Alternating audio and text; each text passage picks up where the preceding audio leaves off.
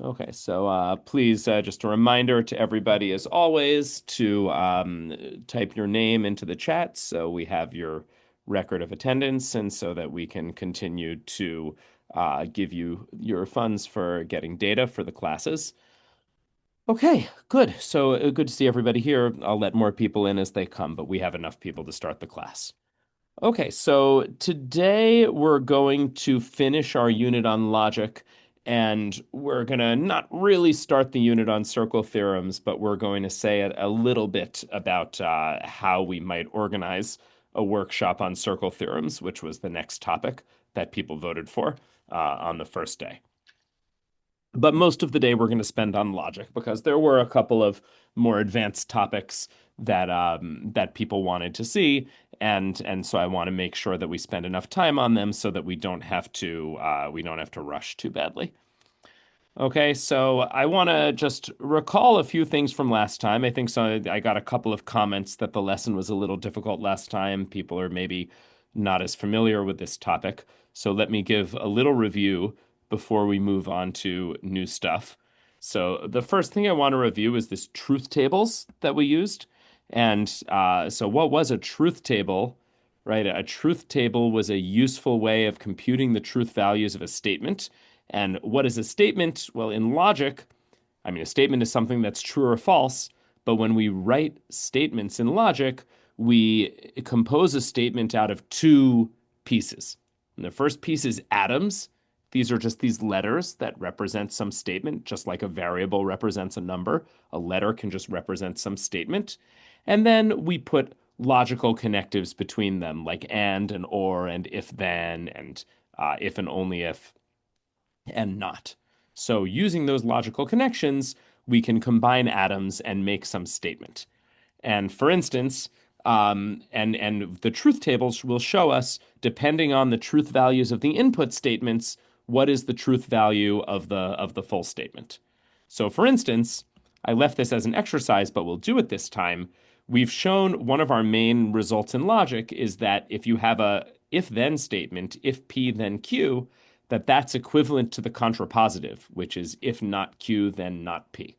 So we talked about this intuitively, but one way that you can prove this is by using a truth table. So I'm going to write down a truth table for both of these statements. So I'm going to make sure the truth table should have a header row and then four more rows. Right, and the first two columns of the truth table are the atomic statements that you're using. So in this case, we're using P and Q. And then it doesn't really matter what order we write them in, but we just want every combination of true or false for P and Q. And so traditionally, the order that you write them in is true, true, true, false, false, true, and false, false. But it's not the right order. You can use whatever order you want. Doesn't matter. So now we want to say, let's look at these different statements. So first we have the statement if P then Q, or P implies Q. And we remember the truth value for that statement is, well, if P is true and Q is true, then the implication is true. If P is true and Q is false, then the implication is false. If P is false and Q is true, then we say that that implication is true. And if P is false and Q is false, then the implication is also true. Right? So remember, we said it's true as long as it doesn't have to be false, right? And this line clearly has to be false. If P is true and Q is false, you certainly can't say that P implies Q, right? Because a true statement can't imply a false statement. That contradicts the meaning of imply, right? A true statement has to imply a true statement. Okay. So this is the truth table for P implies Q. And now let's try to build not Q implies not P. Maybe we won't immediately make that the next column. Let's have, not Q and not P be their own columns so that it's a little bit easier to read off. So if this is not Q and this is not P, remember that not gives the opposite truth values to the original statement. So if Q is true, false in these rows, then not Q will be the opposite, right? So not Q will be false, true, false, true, right? And then similarly, not P, well, if P in these rows is true, true, false, false, then not P will be the opposite. So it'll be false, false, true, true. And now for our last column, we can see what is going to be the truth values for not Q implies not P. So let's look. So over here we have if not Q is false and not P is false, what's the truth value of false implies false? What do we put here?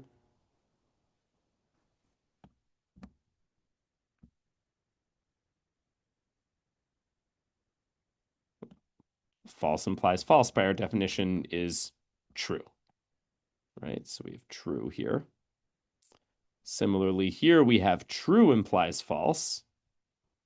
Well, true implies false has to be false. A true thing can't imply a false thing. So that's going to be false. And then here, what do we have? We have false implies true, and we have true implies true, right? So here we have false implies true, and here we have true implies true. So, oh, sorry, let me circle those in red just to keep the notation consistent. So false implies true is going to be true, and true implies true, right? Also going to be true. And if you look at this column, this is P implies Q. It has these truth values, true, false, truth, true, depending on the truth values of P and Q. And similarly, not Q implies not P has these same truth values, right? True, false, true, true in terms of P and Q.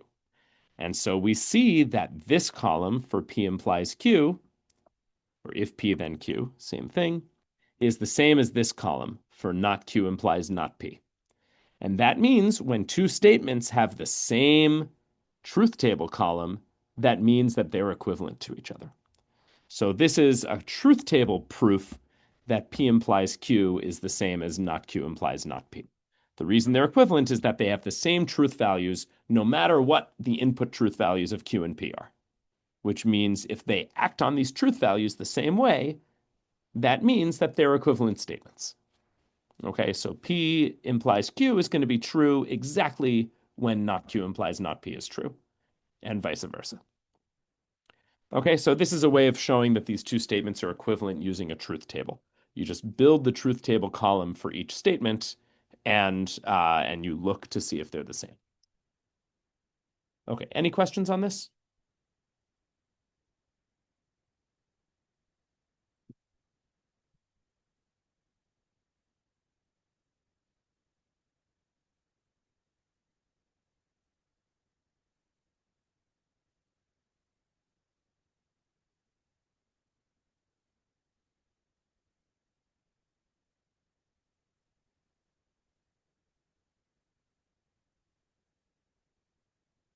Okay, great. Okay, no questions on this. Okay, so this is just a quick review of truth tables. We'll use truth tables a little bit more today. Okay, so I also want to recall these rules of logical deduction that we talked about last time. So they have fancy names, but they all are basically standard types of rules, and several of you gave good examples of how these rules worked last time. So the most fundamental rule is called modus ponens, which is saying that if you know if P implies Q and you also know P, then you get to conclude Q. Okay, so if you know P and you know P implies Q, then you get Q. Modus tollens is kind of like the contrapositive of modus ponens. If I know that P implies Q and I know that Q is false, then that tells me that P has to be false, right? So if I say that if you're a dog, then you have fur, and I show you something that has no fur, that means that it can't be a dog, right? No fur implies you can conclude no dog, okay? So if you know P implies Q and you know that Q is false, then you can deduce that P is false also. It's the same as deducing not P. Disjunctive inference says that if you know that P or Q is true, but you know that P is false, then the only other choice is that Q is true. Very basic logic, right? So if I know that all numbers are even or odd, and then I know that a number is not even, then I can conclude that the number is odd, right? There's only two choices. Okay. Lastly, hey, if you there's the law of syllogism. So if you know that P implies Q and you know that Q implies R, then you can deduce from that that P implies R. Okay, it's kind of a transitive property of conditionals. And then very basic things, conjunction properties. So if you know that P and Q are true, then you can deduce that P is true and you can deduce that Q is true. And lastly, what we already showed on the previous slide, if you know an implication is true that P implies Q, you can deduce its contrapositive, which is equivalent to it. So you can deduce that not Q implies not P. Okay, so these are all of the rules of logic that we talked about last week. So just giving I mean, there are other rules, but these are maybe the ones that are going to get used the most. So are there any questions about how any of these work? We'll look at them in an example soon.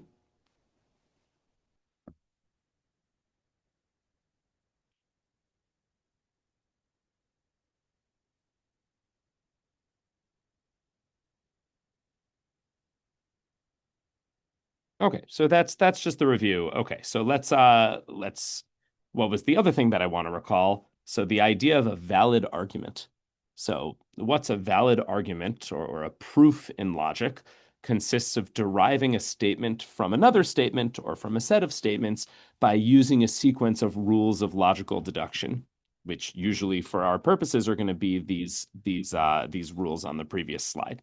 And so we had this example. So suppose the following statements are all true, which is that Laura is in the seventh grade, Laura got an A on the mathematics test, or Sarah got an A on the mathematics test. And if Sarah got an A on the mathematics test, then Laura is not in the seventh grade. And we wanted to make a valid argument showing that Laura got an A on the mathematics test in the form of a two-column proof. So we did this last time, but I'm just going to go over it fairly quickly. So we have these givens. So if you remember with our two-column proof, we had, oh, I don't want green. Let me put this in blue. So we had these two columns, really three columns, but the first one is just to number the statements. So we have statement and then reason.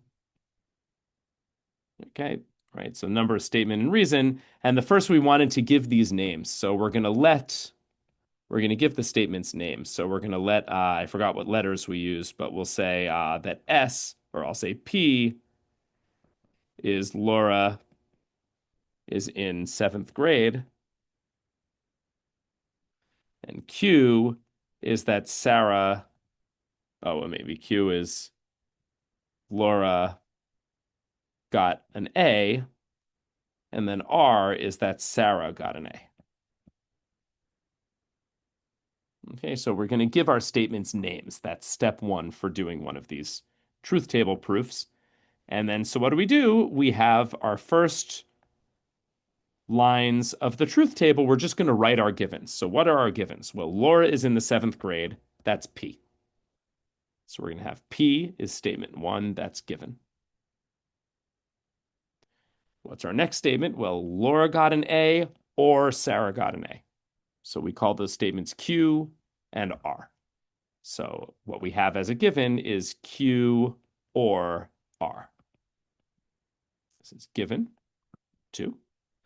And then lastly, if Sarah got an A, then Laura is not in the seventh grade. So if Sarah got an A, that's R, then Laura is not in the seventh grade. So that means not P. This is given.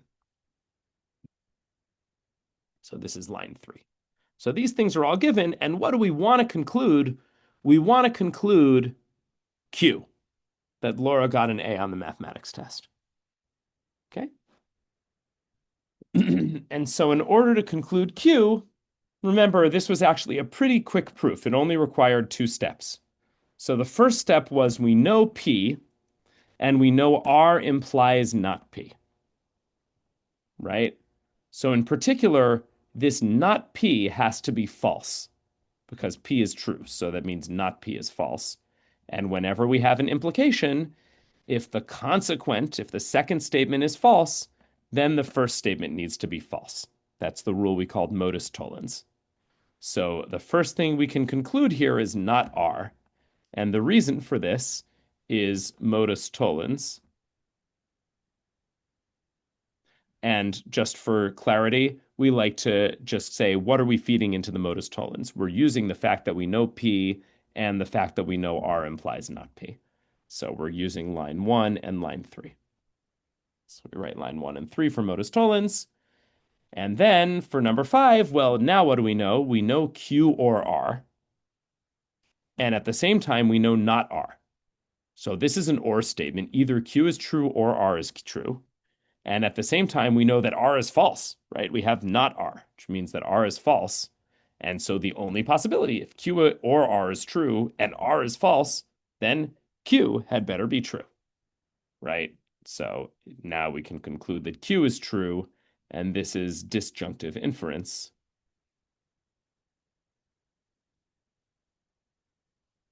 And what letters do we need for disjunctive inference? Well, we're using not R and we're using Q or R, right? So we're using lines 2 and line 4. Okay. All right, so this is just the review of this proof that we did last time. And when we do this proof, what's nice is that since you've given all the statements letters, you don't need to deal with full sentences in the full language. Everything has just been reduced to symbols. You're just using these letters, the logical connectives, and the valid implications of symbolic logic in order to ultimately prove what you want. So this is really, it's easier to check because you're not using, you know, ambiguities of the English language or anything like that. You're just using straight up logical rules to get from one statement to the last statement, which you want, which is Q. Okay, so this is exactly the same as we did last time. So I just want to ask, are there any questions on this?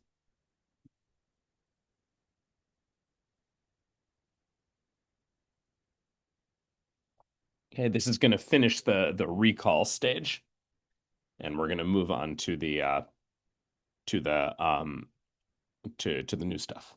So before I move on to the new stuff, does anybody want to? I want to make sure, yes. So before I move on to the new stuff, anybody have any questions on the old stuff?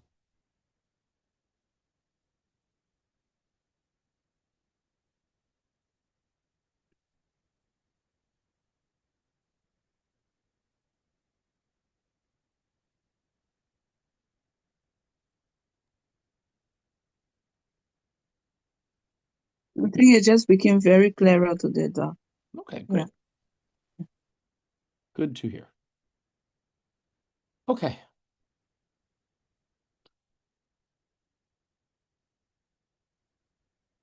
All right. So if that is clear, let us move on. Okay, so we're going to move on then. Okay. So we last time we voted on what advanced logic topics we were going to do, and the vote was to do proof by contradiction and to talk about open statements and quantifiers. So we're going to do those today. So I want to start with proof by contradiction. And so in logic at least, before you talk about proof by contradiction, you have to talk about what is a contradiction. And so there's actually one last recall. So if you recall last time, we defined a tautology to be a statement that is always true no matter what the truth values of the inputs are. So if you have a statement involving P and Q and R, maybe that's a tautology. That means that it doesn't matter whether P is true or false. It doesn't matter whether Q is true or false. It doesn't matter whether R is true or false. The statement that you've written down is always true no matter what. It's true for, can say for logical reasons, as opposed to true because any individual statements that go into it are true. It's something that by its logical structure has to be true. Maybe that's a good way of thinking of tautology. It's something that is structurally true, okay, regardless of what the content is. So what's a very basic example of a tautology would be the statement P or not P, right? I mean, in logic, statements are true or false. So that means either P is true or not P is true, right? Either P is true or P is false, in which case not P is true. One of them has to be true. If I really want to be very careful about this, I can write down my own little mini truth table like this. I can have just P, there's only one input, so my truth table only needs two rows. It's either true or false. Well, P could be either true or false. Not P is going to be the opposite of P. So if P is true, not P is false. And if P is false, then not P is true. And then if I look at this statement, P or not P, well, I have true or false. That's true, right? Because an or statement is true if either one is true. And here I have false or true. Well, that's true, right? Because one of them is true. And so what I see here is that I have that this statement is always true. So that's a tautology. Okay, so a tautology, very simple tautology, P or not P, right? It doesn't matter what the statement P is. Just by its structure, the statement P or not P is always going to be true. Statement is true or it's false. That's all this is saying. Okay, so this is tautology. We talked about it last time. So what's a contradiction? Well, a contradiction is just the opposite of a tautology. So a contradiction is a statement that is always false, no matter what are the truth values of the inputs. So what's a contradiction? Maybe the most basic contradiction you can have is P and not P, right? Because statement is true, then the statement and its negation can't both be true, right? One of them is true and one of them is false. But you certainly can't have that they're both true. That's what negation is. It says that if a statement is true, then the negation is false. If a statement is false, negation is true. They're certainly not both false. Sorry, they're certainly not both true, right? So I can add another column to this truth table if I want to. Add another column to this truth table for P and not P. This is my contradiction. Well, what do I have? True and false is false because and only makes it true if both things are true. And similarly, false and true is false. So I get false no matter what. That's a contradiction, right? So here my red is tautology and my green is contradiction.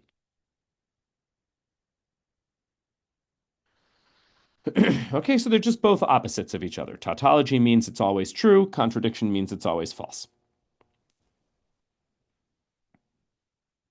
Okay? And I mean, okay, so P and not P is a particularly simple contradiction, but you can have a more complicated contradiction. So for instance, if I take P implies Q and P and not Q, that's going to be a contradiction, right? If I and three statements, that just means they're all true. That means the and statement is true only if and only if all three of the statements are true. So we can write down a truth table for this. So I'll say write down the truth table as an exercise.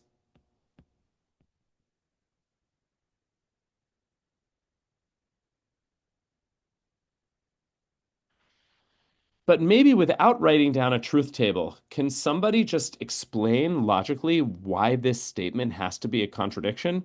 Why is it a contradiction to have P implies Q and P and not Q? No, contradiction. Sorry.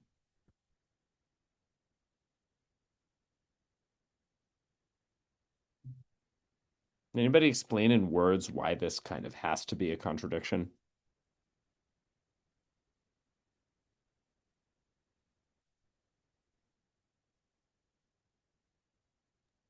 Can I try? I think the key Sure. statement in contradiction is the word and, Hmm.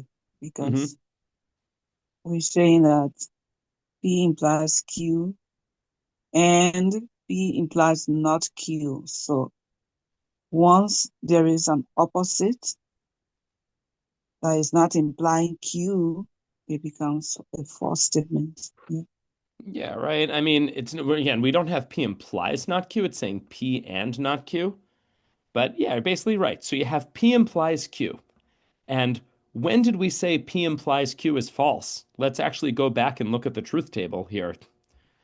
P implies Q, when is that? That's true, except if P is true and Q is false, then P implies Q is going to be false.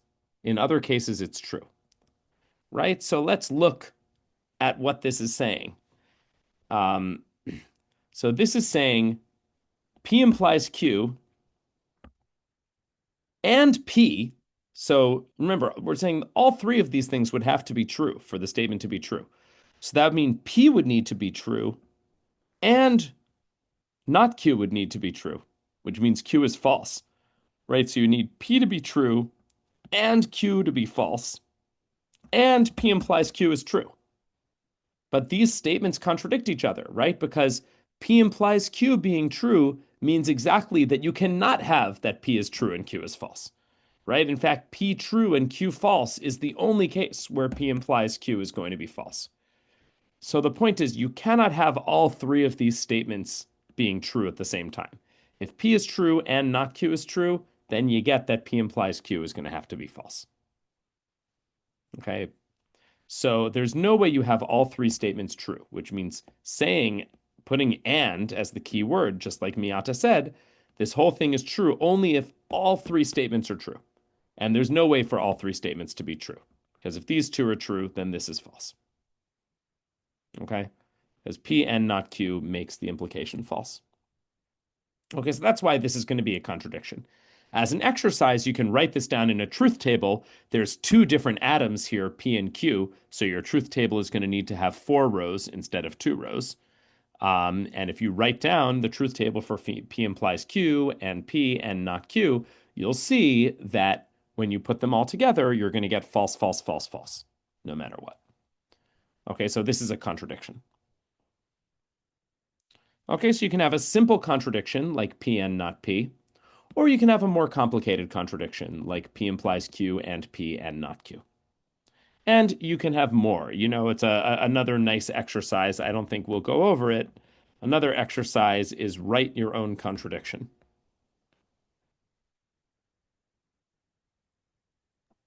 Can I ask a question there? Yes. Okay, so what if we have like five statements and Hmm. then five statements of five ends in our equation, and Hmm. then three of them is true. So what will become Well, then of the the whole other thing is three? false. Because if you have five and statements, then the combined statement is only true if all five of them are true. Okay. Right? I mean, think about it. It works in terms of standard language. If I say, you know, I'm tall and I'm smart and I'm strong and I'm this and I'm that, then that combined statement is only true if all of the pieces are true. Right? So yeah, so an and statement is only true if every piece is true. If you have a whole bunch of ors, then that will be true if any one of the pieces is true. Right? But for an and statement that has lots of different parts, that can only be true if every single part is true. So you need 5 out of 5 in that situation.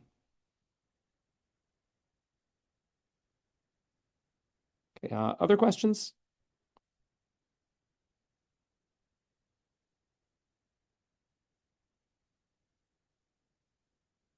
So there's lots of different contradictions. You can get creative with symbols. There's all different ways of writing a contradiction. You could have like P or Q and not P and not Q, or P if and only if not P. There's all sorts of different ways to write down contradictions. So I encourage you to experiment and write your own, logical formulas that are contradictions. Okay. Okay, but the concept of contradiction is no more difficult than tautology. It's just the mirror image. So tautology just means it's always true no matter what the inputs are. Contradiction means always false no matter what the inputs are. Okay, so let's keep going. Okay, so what is a proof by contradiction? So suppose we're given a group of assumptions and we're asked to prove a statement from them. Well, what we've done so far is we've been engaging in what's called direct proof. And so that means we start from our assumption or from our givens, and we reason to our desired conclusion. Okay. Now, there is an alternative form of argument which is also valid, called a valid argument, which is called proof by contradiction. We've seen this in other parts of the course, in other parts of the program, but here we're going to talk about it really in the context of logic. So, what is proof by contradiction? Well, you begin by assuming the negation of the desired conclusion, and ultimately you derive a contradiction from that. Okay? And so why does this work? Well, we assume our basic underlying assumption of all of math and all of logic is that math does not contain contradictions. Okay, we assume that math is what's called consistent. Okay, that there's no contradictions in mathematics. Okay, this is something that actually has to be assumed. Okay, we cannot prove that there are no contradictions in mathematics. It's just something that we assume, and because if it doesn't work, then all of mathematics collapses. So when we do math, we assume that math does not have contradictions. Okay, there are not two statements that contradict each other in mathematics that are both true.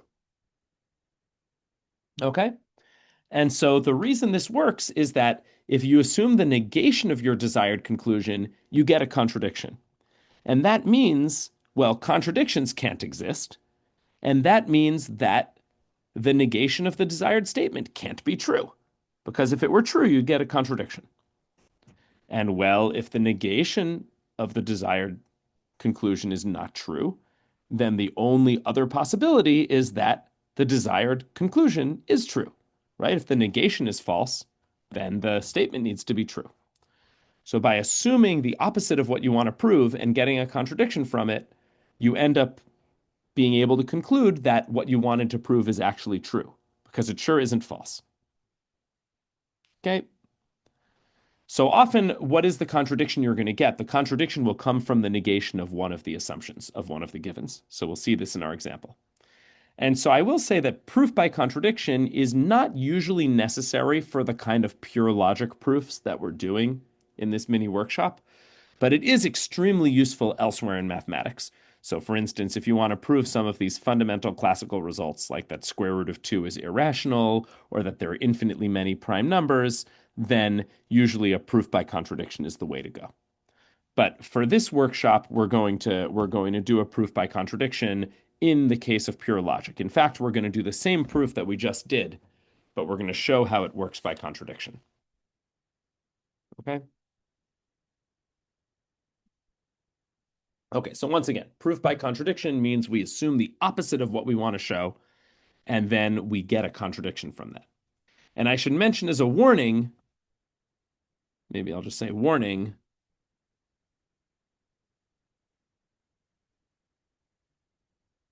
is you never assume the desired conclusion.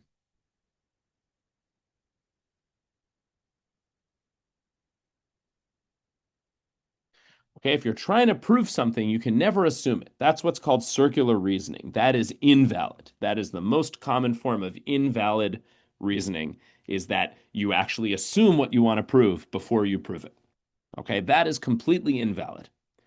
But proof by contradiction is fine. You can assume the negation of what you want to prove in the service of trying to derive a contradiction. Okay, so assuming your assumptions is okay, and assuming the negation of the conclusions is okay. But it's not okay to assume the conclusion. Okay, that is not part of any valid argument. Okay, so this is a lot of words. Let's see how this works in an example. Okay, so let's do the same proof, and this time by contradiction. So I'm going to again say P is the statement Laura is in seventh grade. Q is Sarah got an A. And R is Laura got an A. Okay, and we want to assume Q. So we're going to do this proof by contradiction.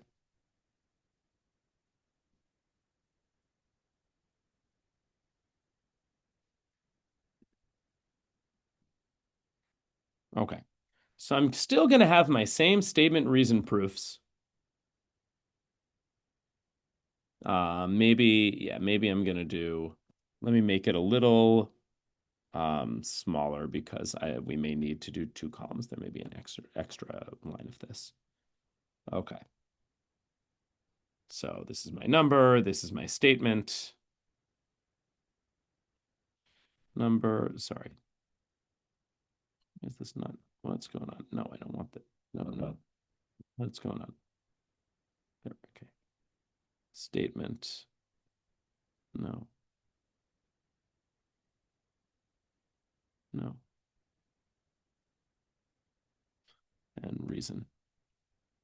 Why is this causing me so much trouble? Okay. So here's my number, my statement, my reason. So a proof by contradiction starts off exactly the same way. I just write down my givens. So I have my first statement, Laura's in the seventh grade. That's P, and that's given. Okay. Step two, I have my other given, which is Laura got an A or Sarah got an A. Right. So, oh, sorry. Oh, let me, I want to keep my letters consistent. Sorry. Let me keep my letters consistent. Q is going to be Laura got an A, and R is going to be Sarah got an A. So two is Laura got an A or Sarah got an A. So that's Q or R. That's given. And line three is going to be if Sarah got an A, then Laura's not in the seventh grade. So if R, Sarah got an A, then Laura's not in the seventh grade, then not P. Given. Okay, so I'm just going to continue the chart over here just for space.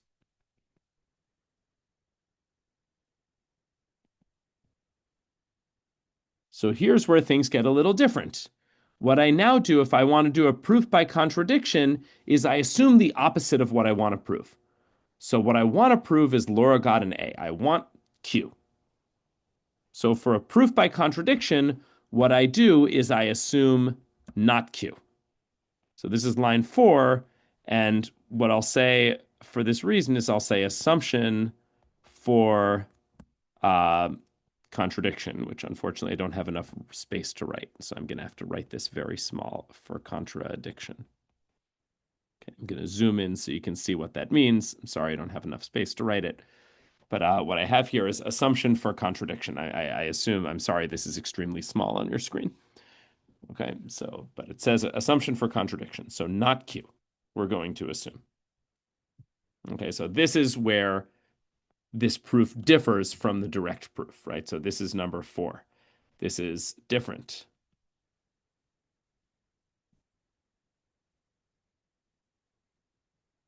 This is assumption for contradiction, number 4. Okay. All right, so now what do we have? What's statement 5? Well, let's look.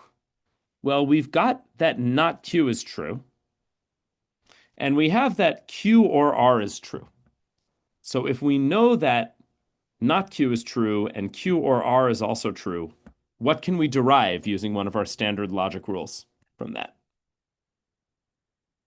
So we know either Q or R is true, and we also are assuming at least that Q is false. So what derivation comes from that?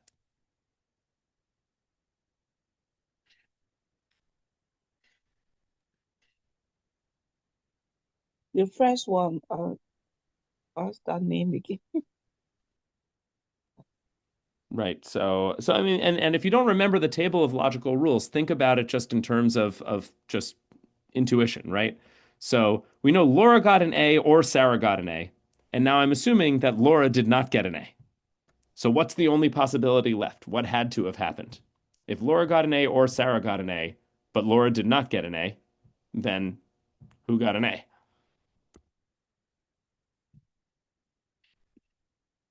Then that is zero get E. Sarah had to get an A. Exactly, right? So that's right. So what had to happen is that Sarah got an A. That's R. And that's what we call disjunctive inference, right? We have an or statement and one of the parts is false. That means the other part has to be true. Okay, so this is what we called disjunctive inference. Okay. So we get that R is true. So now what happens? Well, so if we know that R is true, we're going to need one more line here. Well, we have R, and we also have R implies not P. So we know if R, then not P, and we also know R. So using the basic rule, modus ponens, what can we conclude from that? So we have R, and we have So we have R and we have R implies not P. So what do we derive from that? Oh, I should give this, I should write disjunctive inference here. This should be, I should give it numbers. This is disjunctive inference from 2 and 5. 2 and 5. I just wrote that in there.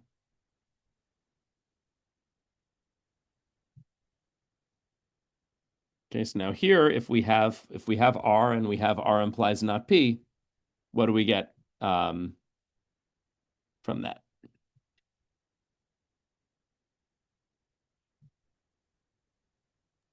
False. Well, what's going to be false? What's going to be true and false, right? So we have if R, then not P. And then I'm telling you that R is true. So what else has to be true? If I know that the first part of an if-then statement is true, what else has to be true?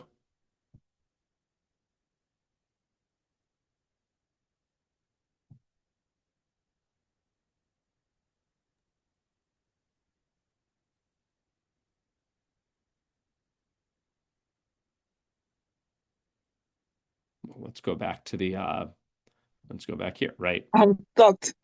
Sorry, yeah. So let's go back here, right? Modus ponens says what? If you know that P implies Q and you know that P is true, then Q needs to be true also. You gave me lots of examples of this last time, right? If all dogs have fur and I am a dog, then I have fur, right? The first part is true implies that the second part is true. That's modus ponens, but it's also just like the most basic deductive logic step that you can take, right? So going back here, so R implies not P is true, and R is true. So that implies that Not P is true. exactly, right? So not P has got to be true. Exactly. And this is modus ponens. Modus ponens. I'll just abbreviate it. So and it's being applied to statements 3 and 5. Oh, sorry. This is 2 and 4, not 2 and 5. 2 and 4. Okay, so modus ponens applied to 3 and 5. And well, now what do we have? Well, we started with P being true, but now we've also deduced that not P is true. So now we can basically end the statement reason proof. Well, P and not P is a contradiction, right? Because you can't have that a statement P is true and that a statement not P is true. So P and not P both true, and that is a contradiction. Yeah, it becomes a contradiction. Okay. Exactly, because you have that contradiction. If you want to write contradiction, you write 1 comma 6, right? Because it's the lines, line 1 and line 6 together are both true, and that can't be right. But you're getting that P and not P are both true. That's your contradiction. Okay. And so what does that prove? Well, we assumed not Q as our assumption for contradiction. Well, by assuming not Q, that led to a contradiction. So that tells us that actually not Q has to be false, and the thing that needs to be true is Q. So I wish I had a little more space to write this here. I'll write it. I'll zoom out so that you can look at the writing. So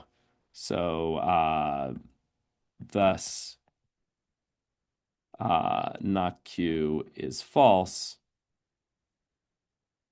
So Q is true. Okay, and that's the end of the proof. We can write QED if we want.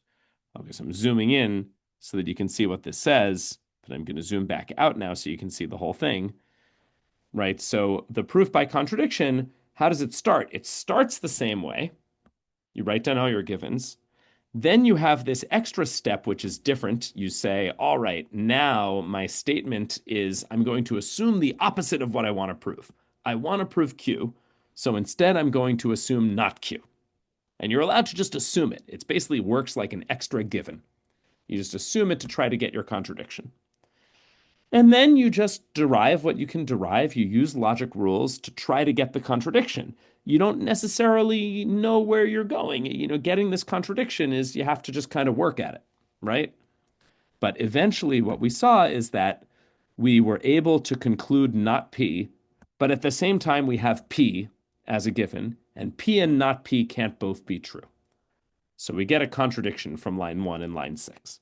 Usually, the contradiction that you get is exactly going to be of this form, some statement and its negation. That's why I use that on this page as an example of a contradiction. This is the most important contradiction, P and not P. Okay, because that's how it's usually going to show up in a proof by contradiction. So these are both true. That gives you a contradiction. And since you got a contradiction, that means our assumption had to be false. And so if not Q is false, this means that Q is true. Okay, so it's a slightly more involved way of proving something. Doesn't always make your life easier, but sometimes it can make your life easier. And it certainly makes your life easier in a lot of times when you're not doing pure logic, but when you're doing other aspects of math. So this idea of proof by contradiction, you assume the opposite of what you want to prove, and then you derive a contradiction is, fundamentally important for doing lots of other parts of math. Okay, for in pure logic, it can be useful also, but you rarely need to use it. A lot of times you can, it's your choice. You can do a direct proof or you can do a proof by contradiction. Okay, any questions?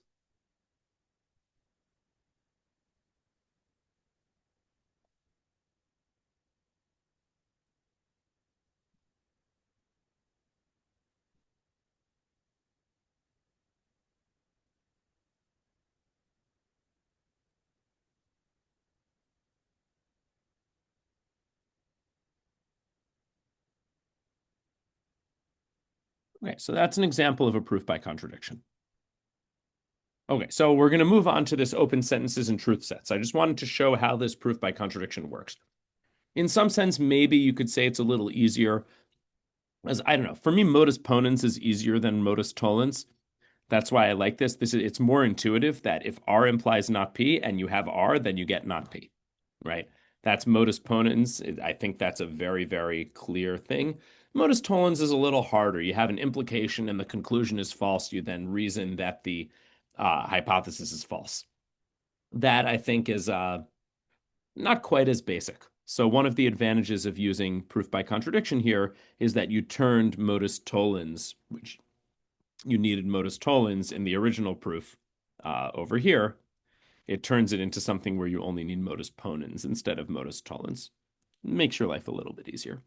But it's really a matter of taste, whether you like this version or whether you like the other version. All right, any questions?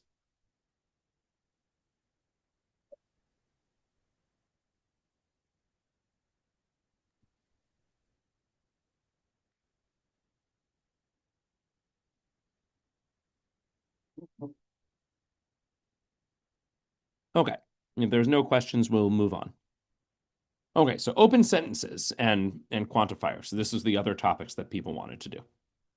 So start by recalling at the very beginning of this mini workshop, we talked about what is a statement. And one of our examples of something that is not a statement was x plus 5 equals 8, right? X plus 5 equals 8 was not a statement because it's not true or false. In order to know whether or not it's true, you have to know what x is.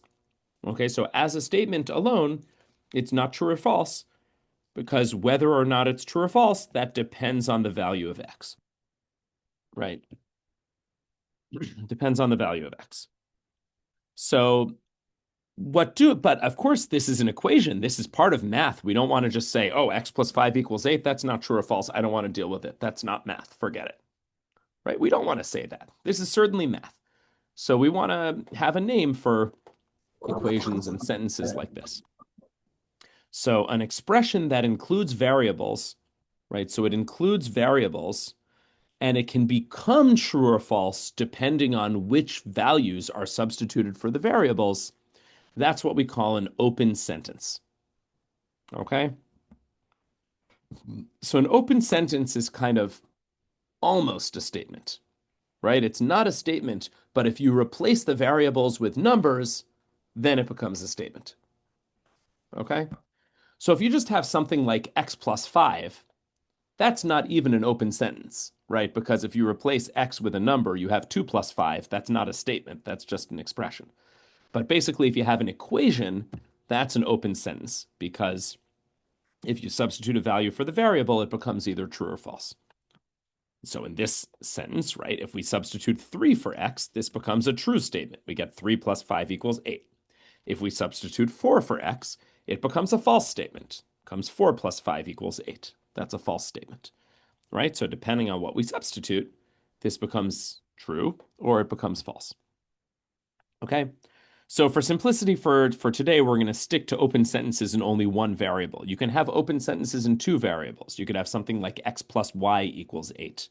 That would be also an open sentence. Depending on your values of x and y, it might be true, it might be false. Okay, so we can speak of the truth set. So this is an important definition. Truth set of an open sentence as the set of values that can be substituted for the variable to make the sentence true. Okay, so if we have our open sentence, x plus 5 equals 8, what's its truth set? The truth set is 3, right? Because 3 is the only value you can substitute for x that will make this into a true statement, right? Any other value you substitute for x will make it false. So the truth set over here is going to be just 3. Okay? So this is what an open sentence is, and every open sentence has a truth set. It might be the empty set, but it has some truth set, which is, what can you substitute for the variable to make it a true statement? Any questions on this?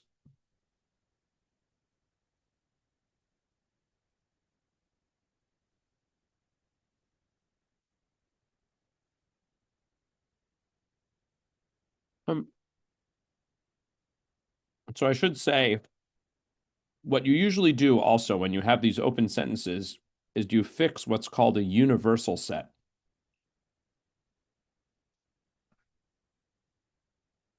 Consisting of all allowable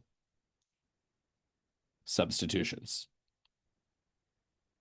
Maybe I won't even say substitutions. I'll say all allowable variable values.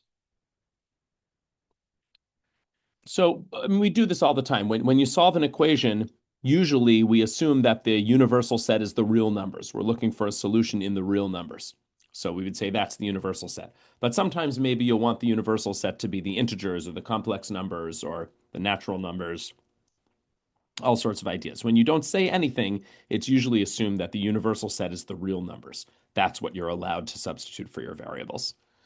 Yes, Miata, question? Yes, please. Mhm. So are we saying that x plus 5 equals 8 is an open statement? It's an open sentence. Yeah, Okay, all right. open sentence.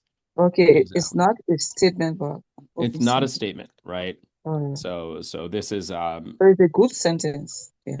it's an open sentence and it becomes a statement if you substitute an actual value for x, Okay.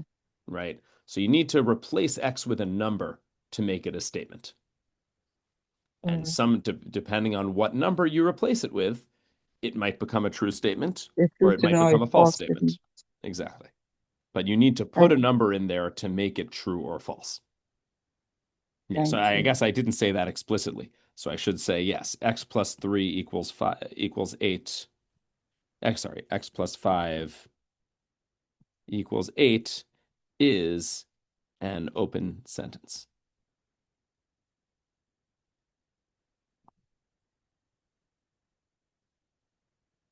Um, it's not a statement, but it's kind of the next best thing, which is an open sentence.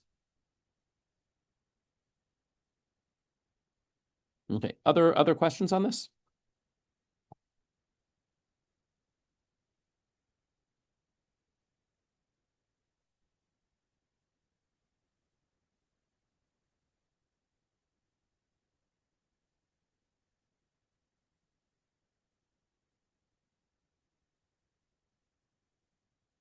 Okay, so one thing we can ask is, how does this interact with logic? How does this interact with logical connectives, right? So you have, let's say that I have here's two different open sentences. So one is going to be, I'll call it P of X, which is that X squared is greater than or equal to 4. I have to erase this. And then Q of X is going to be this sentence, X is less than or equal to 1. And we're going to assume the universal set is the real numbers. So the values of X we substitute in is going to be real numbers. So the question is, what is the truth set of P of X? What is the truth set of Q of X? What's the truth set of P of X and Q of X? And what's the truth set of P of X or Q of X? So I'm just going to make a little table. So I'll say the open sentence, and here's going to be its truth set, and I'll write it using interval notation.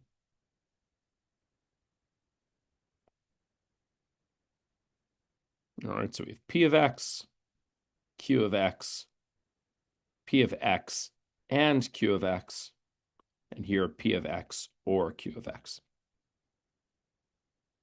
Okay, so P of X is the first thing. We want X squared greater than or equal to 4. So asking for the truth set is basically kind of a fancy way of just saying you're asking for the solutions, right? You just want to know, when is this true? What values of X make this true? You're solving, in this case, the inequality. If there was an equation, then you'd be solving the equality. But in this case, you're solving an inequality. So for real numbers, X, when is X squared greater than or equal to 4? True. Yep. Yes, True. Miata? I said true. Right. Well, at 2, 2 is certainly true, but there's lots of other values, right? So whenever X is greater than or equal to 2, this is true, right? X squared is greater than or equal to 4. So the truth set certainly consists of the interval from 2 to infinity, when X is greater than or equal to 2. But are there other values of X that make X squared greater than or equal to 4?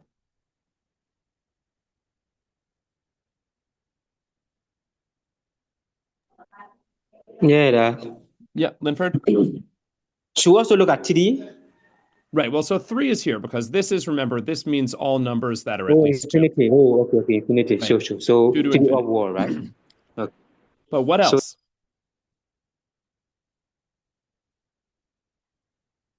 What's another number that's not bigger than 2, but its square is still bigger than 4? 1 Mm, or 0. no, 1 and 0 don't quite work, right? Because 1 squared How is about 1 and 0 squared is 0. negative 2? Negative, exactly, right? So you can also take all the numbers that are less than negative 2. Sorry. Right, if we think of this as number line, here's 2, here's negative 2. And what we're really looking at is all the numbers that are either bigger than 2 or less than negative 2. All right, so that's the truth set of P, right? If a number is at least 2, then its square is at least 4. And if a number is less than minus 2, then its square is also at least 4, right? So that's the truth set for P of X. It's the union of these two intervals. So you can go from 2 all the way up to infinity, and you can go from minus infinity all the way up to minus 2. Okay. Questions on that for P of X?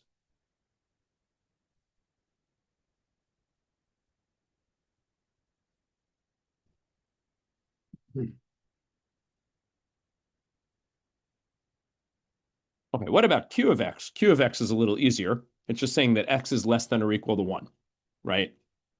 So the truth set is just all numbers that are less than or equal to 1, right? So if we do interval notation, that's just the interval from minus infinity up to 1, right? So that's, which values of X Yeah. make this statement true? Well, it's true exactly if X is less than or equal to 1. So if X is 0, you're good. If X is 2, you're not good, right? You just want to take the numbers that are less than or equal to 1. That's what's going to make this open sentence true.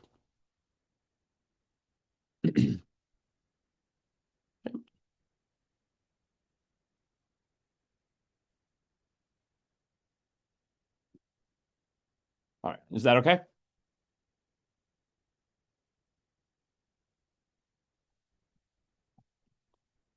Okay.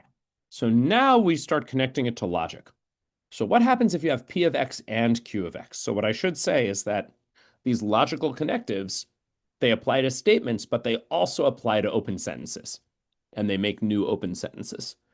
So I could say P of X and Q of X, what does that mean? That's X squared is greater than or equal to 4, and X is less than 1. So what numbers satisfy that X squared is greater than or equal to 4? It means they're in this set, and also X is less than 1. Yes, the combination of Mm-hmm. Px and Qx Right, it's a in combination, the but truth combination is too vague. So I need to know very specifically, right? So it's this and honor the this. truth set, right? Right. So how No, are we combining these two sets to get the new set over here? by using the word and, yeah. Yeah, and, right? Two, And two. and in set theory, we have a word for it. What does it mean if you have a set A and a set B, and now you have to look at the stuff that's in A and B? We have a word for that in set theory. Are we using So intercept or Yes, union? exactly. I heard that. Yes, intersection. Intercept. Exactly right. So for and, we use the intersection. So for and, we have what we're going to have is 2 to infinity union minus infinity to minus 2. Sorry, to minus infinity to minus 2 intersected with minus infinity to 1. Right? And it turns out what this is equal to is actually just minus infinity to minus 2. Okay, it's really that it has to be less than or equal to 1, right? If this is 1 over here and we have the other set is kind of going this way from 1, the intersection is just picking out this half of the distribution. Okay, so Miata is exactly right. When you combine two statements with and, the truth sets get intersected, right? Because what does it mean to make P of X true and Q of X true? It means you need to be in the truth set of P of X and you need to be in the truth set of Q of X. And to be in one set and the other set means that you're in their intersection. Okay, so and as a logical connective becomes intersection. Right? Okay. What about P of X or Q of X? So if you want to be either in the truth set of P or in the truth set of Q, what set operation do you do to those two truth sets to get a set where you're in one or you're in the other? So can it be a union of the both of them? Exactly. So Jasper's exactly right. For or, you use the union instead of the intersection. So I'll write this. Oh, oops. Let me keep it in blue. So I'll write this as 2 to infinity union minus infinity to minus 2. Exactly, a union. Yeah. Union, exactly. Union minus infinity to 1. And so what is that actually? It looks like we have this whole set, and then you throw in everything that's less than or equal to 1. So what that actually is, if you want to write it in interval notation, is it's going to be minus infinity to 1 union 2 to infinity, if you want to write it like this.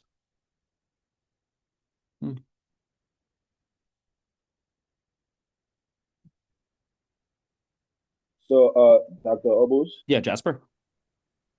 so the last two parts, Mm-hmm. is it that we want to find the interval between -1 and 2? That's why we have parentheses open, negative interval, comma, 1 union 1, union 2, comma, positive infinity. Right. The point is we're trying to take the union of these two sets. So what are these sets? This is everything that's bigger than or equal to 2 plus everything that's less than or equal to minus 2. And now here you have everything that's less than or equal to 1. So if you just want to combine that all using a union, well, this set's Wow. actually a subset of this one. right? So minus infinity to minus 2 is a subset of minus infinity to 1, right? There's more numbers that are less than or equal to 1 than less than or equal to minus 2. So it turns out that when you combine this all, you have that you got to be either less than or equal to 1 or greater than or equal to 2. That's what will put you in one of the two sets. That's why you get this as the interval at the end. All right. Thank you, sir. You're welcome. Other questions? Yes, Doc. Yes, Miata. Apart from doing the table, Mhm. do we solve problems Yeah, I doing mean, logical connectives? yeah, I mean, this is more just to try to understand how truth sets work, right? So, I mean, the problem in this case would be, what is the truth set of, and then you're given some kind of complex open sentence that uses a bunch of logical connectives. That would be kind of like the problem to solve. Hmm. So let's just distill, what's this thing that we learned? So the what we saw was that if you have P of X and Q of X are open sentences, and let's say that A is the truth set of P of X and B is the truth set of Q of X, then the truth set of P of X and Q of X is A intersect B, and the truth set of P of X or Q of X is A union B, right? The intersection, the and goes to an intersection, and the or goes to a union. And by the way, it's not a coincidence that the symbol for and looks like an intersection and the symbol for or looks like a union. This is exactly because of these relations.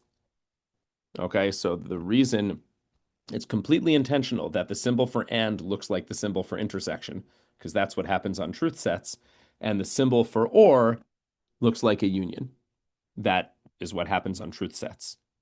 And what I should say as a visualization, you've probably seen this, but you can draw what's called a Venn diagram, right? So you draw a Venn diagram, you have a big box. This represents the universal set, which is going to be U.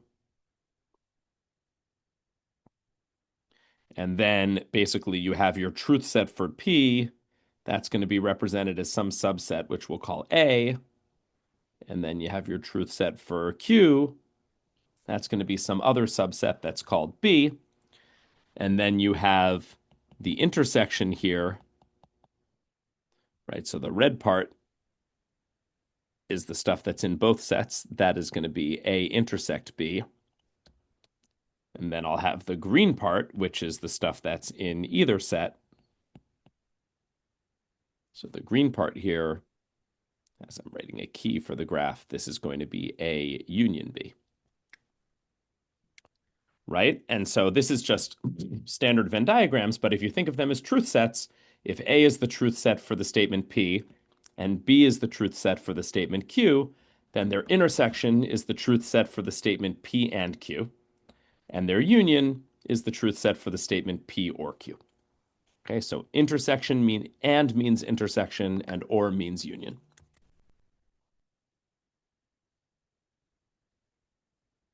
Okay, and so in whatever the problem happens to be, all that matters is that you remember that to get the truth set for an and statement, you need to take the intersection, and to get the truth set for an or statement, you need to take the union.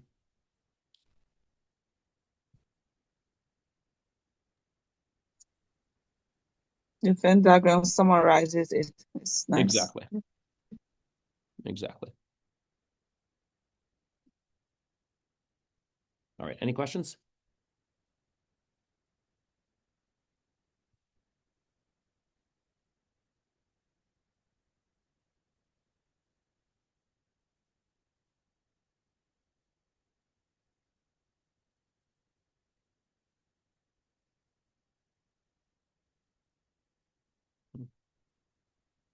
Okay.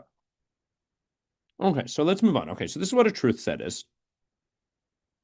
Now, what's a quantifier? So we've seen before, maybe before I go to quantifiers, how do we make a truth set? How do we make a statement out of an open sentence? You start with an open sentence like this. This is not a statement. But if you substitute a value for the variable, that makes it into a statement. So it turns out there are other ways to make open sentences into statements also without doing a substitution. And these are called quantifiers. So there's two standard quantifiers in mathematics. So one of them is called for all. That's written as an upside down A. And one of them is called there exists. That's written as a backwards E. And so any statement can be turned, any open sentence can be turned into a statement by adding a quantifier at the beginning. So let's go back to our open sentence, x plus 5 equals 8. And we're going to make it into a statement by adding the two possible quantifiers. So we can add for all or we can add there exists. So the first option is we could say for all x in the real numbers, this is our universal set. For all x in the real numbers, x plus 5 equals 8. Okay, so what we see is we've turned this statement x plus 5 equals 8, which has no truth value, into now we're making an actual claim. We're claiming that for every single real number x, x plus 5 equals 8. So is this a true statement or a false statement? True. Be careful. Is it true that no matter what real number you put in for x, when you add 5, you always get 8? No. No, Yeah, right? so it's a false statement. Exactly, right? This is false. Right? But it is a statement. Right? Yeah. For every real number x, I'm claiming that no matter what real number x you write, x plus 5 equals 8. That's a false statement. But if I said, for instance, for every real number x times 0 equals 0, that would be a true statement, right? Because no matter what real number you multiply by 0, you always get 0. So just because it's a for all statement doesn't mean it has to be false. But in this case, it is false because there are certainly real numbers that when you add them to 5, you do not get 8. Sorry, Enoch, did you have something more to say?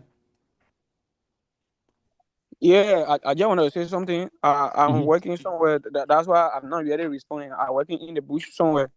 Okay. Thank you for letting me know. Yeah, so yeah, I want to say something. So this statement it will only be true when s equals 3, Mhm. and yeah, so and most often it will be accepted when it for some x.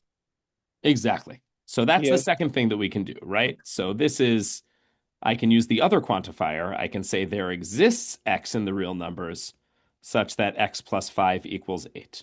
So this is just saying there is some real number that makes x plus 5 equals 8. And as Enoch says, this is a true statement. It's a true statement. Because does there exist a real number that makes x plus 5 equals 8? Yes, you can take x equals 3. So I'll just say true because you can take x equals 3. Okay, so when it comes to equations, the first statement is basically saying every real number is a solution. That's fine, that's a statement, but it's false. And the second one is saying there exists a solution. Some real number is a solution. And that's a statement, and even better, it's true. Okay, so the Yeah, second, by putting in these quantifiers, you make this expression, this open sentence, x plus 5 equals 8, into a statement. With the for all quantifier, it becomes a false statement. With the there exists quantifier, it becomes a true statement. Yeah, Enoch?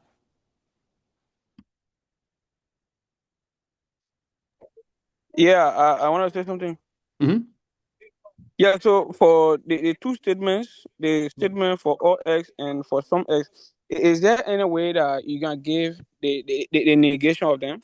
Yeah, that's coming up. That's Okay. coming up on the next 2 slides. 2 slides from now. Yeah.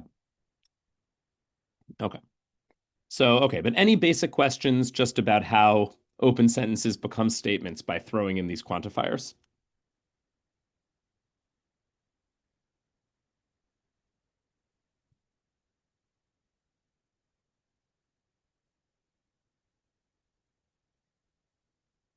Okay. All right.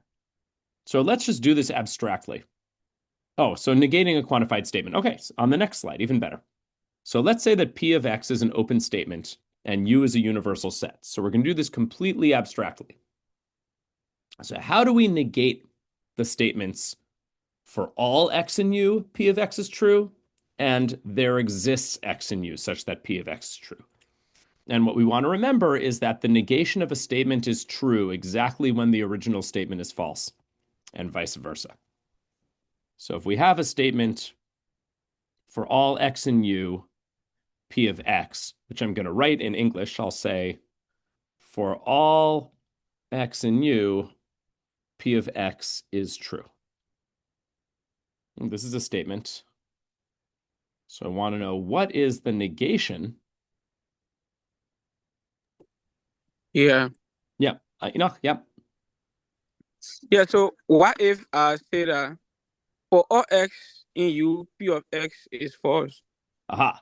Right. So that's so that's a great first that's very instructive. So let's look at that. So proposed negation is for all X in U, P of X is false.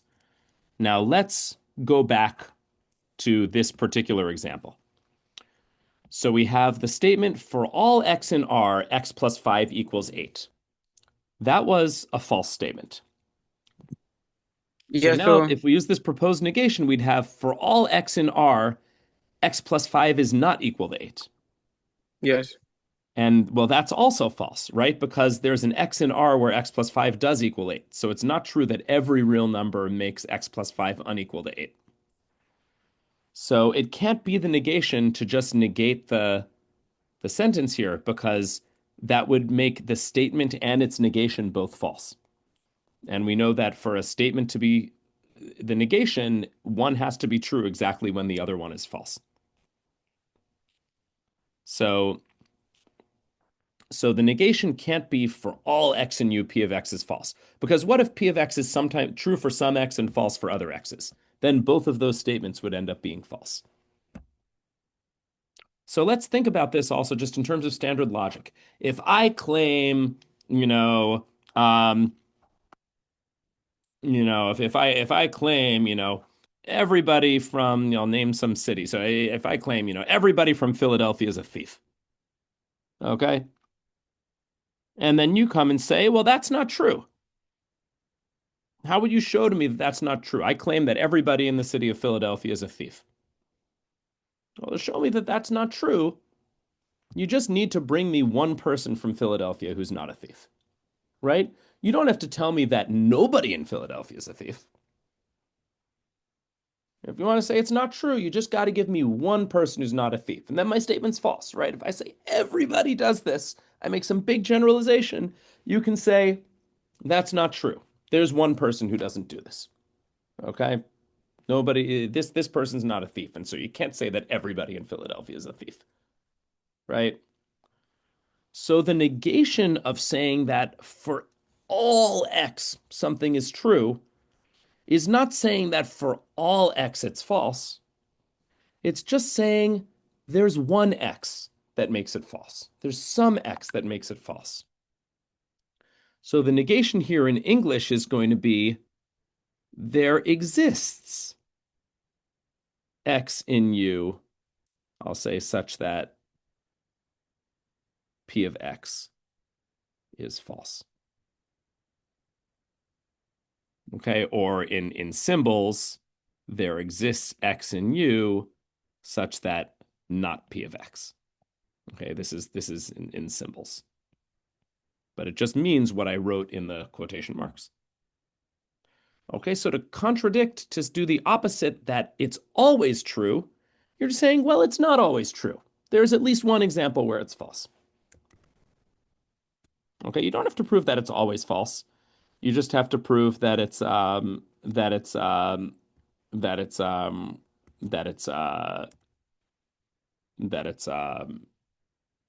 sometimes false.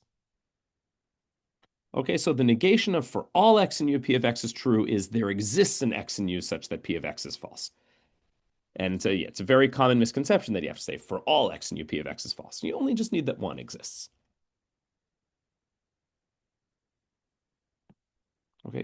we'll do the second statement, but before we move on to the second statement, any questions about the first one?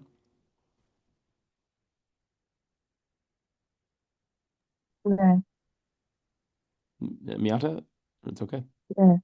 No. hmm I'm getting this part, yeah. Okay, good. Okay, so let's just do the other one. So how do we negate there exists x in u p of x, which I'll write that out again in hence's there exists an x in u such that p of x is true. So what's the negation? I just tell you that, somebody in Philadelphia is a thief. Okay, now you want to negate my sentence. So if you just come and show me one person who's not a thief, that doesn't negate my sentence, right? Because I'm just saying, well, somebody's a thief. Maybe the guy that you showed me isn't one, but there is one there. So to negate my sentence, you'd have to do something a little bit stronger than that. I will show you several people that are thieves. Right. Not just several people, you'd have to bring me the entire population of the city and show me that Okay, none of them are okay. thieves, right? Okay, so I Right? understand. Yeah, I understand. It's so nice. So, like, Yeah. for example, right? Yeah, for example, the statement, the second statement, statement two. Yeah. If you are giving a statement that there is x in u such that p of x is true, Yeah. then the negation now for that statement might probably be, because I just guessing, would be that for all x in u such that p of x is false. Exactly. For all x in u, p of x is I false. catch it. I grab it. I Right? grab it.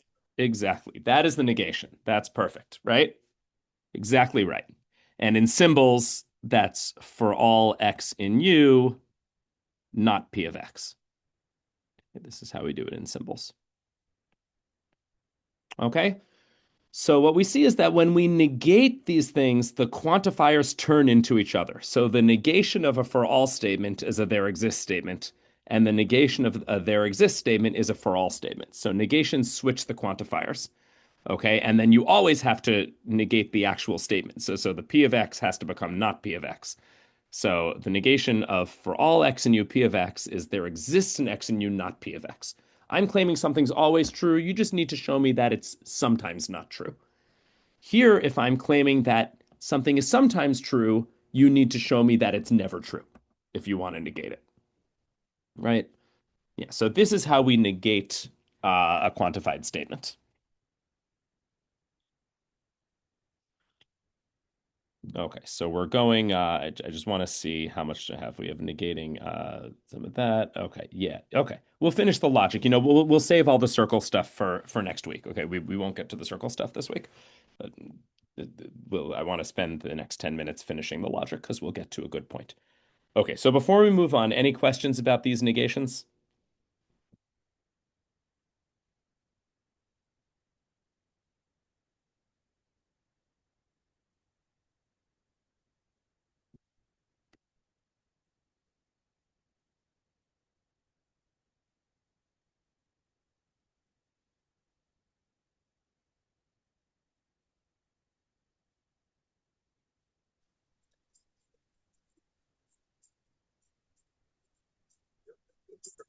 Okay, so let's move on. So negating a quantified statement continued. Okay, so this is just recalling what we had on the last page. So we've seen that the negation of the statement for all x in u, p of x, is there exists x in u such that not p of x is true. And similarly, the negation of the statement there exists an x in u such that p of x is true is for all x in u, p of x is false, or for all x in u, not p of x. So we can apply this to compound statements if we want. So what would be the negation of the statement for all x in u, p of x is true or q of x is true? So, well, what's the answer? So I'll just say, I'll just do this because we don't have a lot of time. So the negation, well, what do we know? The negation of a for all statement has to be a there exists statement. So the negation would be there exists an x in u such that, well, now we've got to negate this part. So I'd say there exists an x in u such that, well, not p of x or q of x, right? So the negation is, if I want to say that for all x in u, either p or q is p of x is true or q of x is true, and say, well, there's going to exist an x in u where it's not the case that p of x or q of x is true. But if you remember back to the last few days, we had this De Morgan's law, which allowed us to simplify what is the not of an and statement. Sorry, the not of an or statement becomes an and statement. So equivalently, this is there exists x in u such that p of x is false and q of x is false. So not p of x and not q of x. This step here was what was called De Morgan's laws. De Morgan's law.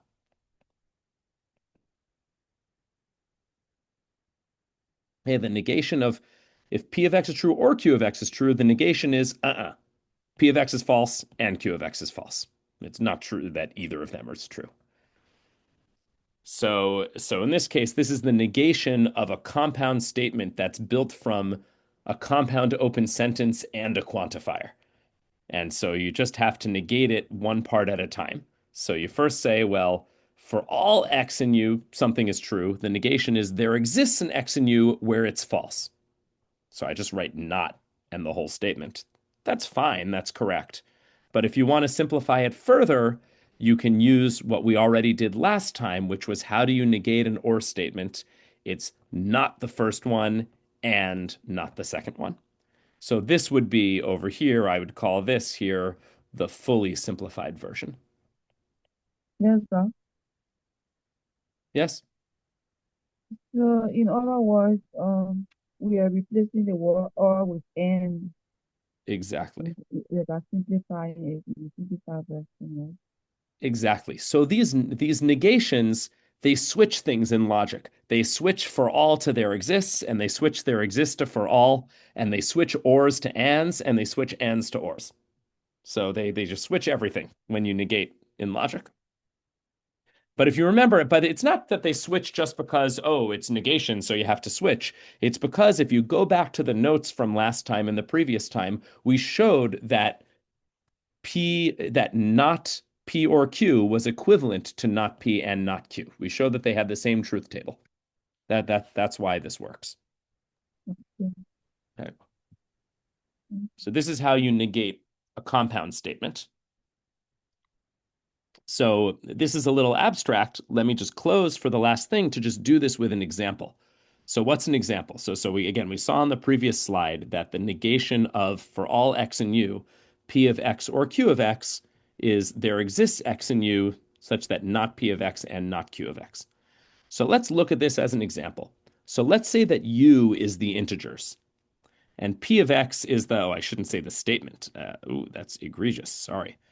Not statement, is the open sentence. Okay, so P of X is going to be the sentence, the open sentence, X is even, and Q of X is going to be the open sentence.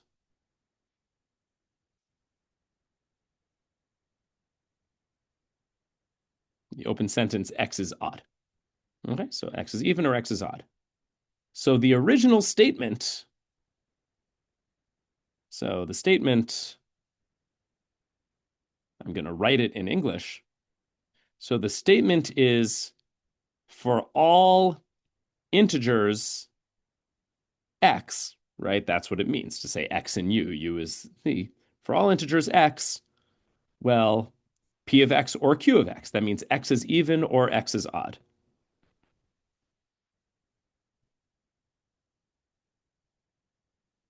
Right? That's the original statement. So I should say original statement. Right? And this is certainly true. X is even or x is odd. So now what's the negation? Well, we already see how to make this negation, right?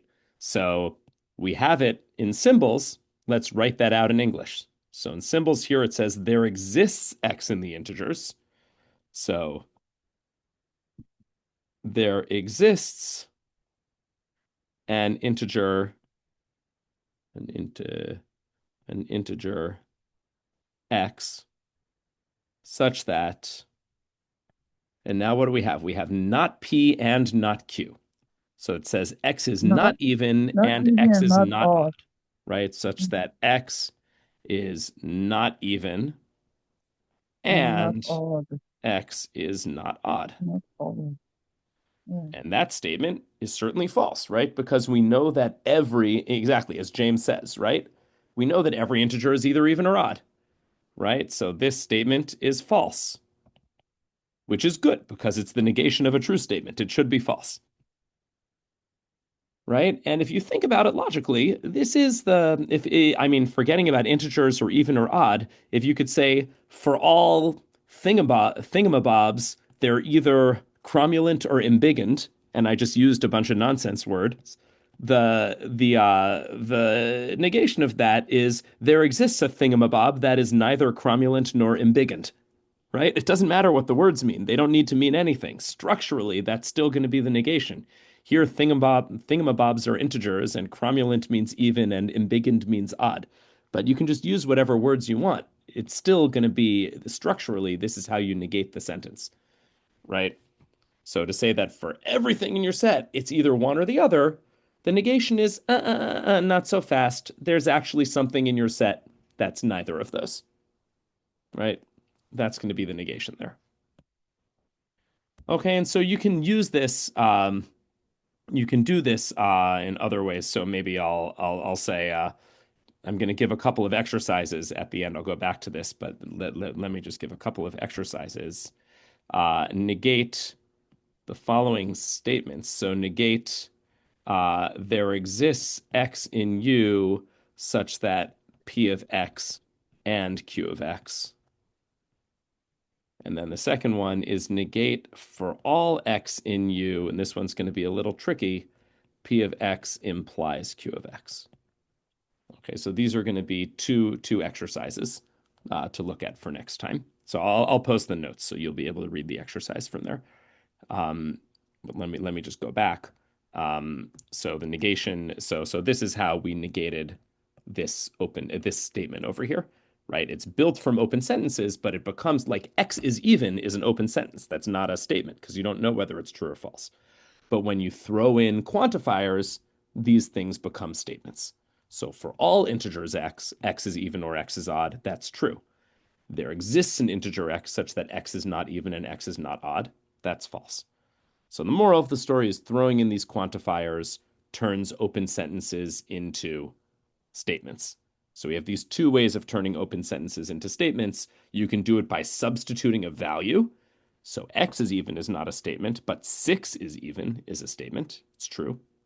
Or if you don't substitute a value, you can throw in a quantifier, and that will also turn things into statements. Okay, any questions on this?